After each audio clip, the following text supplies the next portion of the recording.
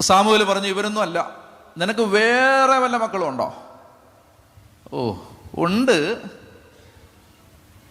ഉണ്ട്, വെറുതെ വിളിച്ച് സമയം കളയണോ?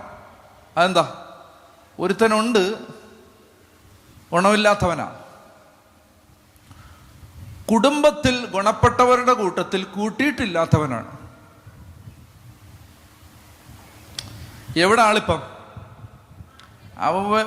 ഈ വല്ല കാട്ടിലും കാണുമെന്ന് പറഞ്ഞു. എന്നാ ചെയ്യുക? ആടിൻ്റെ പുറകെ നടക്കുക. എന്തോ പ്രായമുണ്ട്, ചെറുപ്പമാ. എന്നാ അവനെ വിളിക്കുക. അയ്യോ, അവനെ വിളിക്കണ്ട. മാന്യമായ ഒരു ചടങ്ങ് നടക്കുമ്പോഴൊന്നും ഞങ്ങൾ അവനെ വിളിക്കാറില്ല. അങ്ങനെ അവനെ വിളിക്കണ്ട. കാരണം കല്യാണാലോചനയൊക്കെ വരുമ്പോൾ ചേട്ടന്മാർക്ക് കല്യാണാലോചന ഇവനെ ഞങ്ങൾ അവിടെ നിർത്തത്തില്ല. കാരണം എന്താ? അവനെ കണ്ടാൽ ഉള്ള കല്യാണം കൂടെ മുടങ്ങും. അങ്ങനത്തവനാണ് എന്ന് പറഞ്ഞാൽ അങ്ങനൊന്നും ആണെന്നല്ല ഞാൻ പറയുന്നത്. എന്ന് പറഞ്ഞാൽ എഴുതി തള്ളിയവനാണ്. നിങ്ങളൊരു കാര്യം മനസ്സിലാക്കിക്കൊള്ളുക, ദൈവരാജ്യത്തിന് ഗുണപ്പെടുന്നവരായി ദൈവം കണ്ട പല ആളുകളും ഇങ്ങനെ കുടുംബങ്ങൾ എഴുതി തള്ളിയവരായിരുന്നു.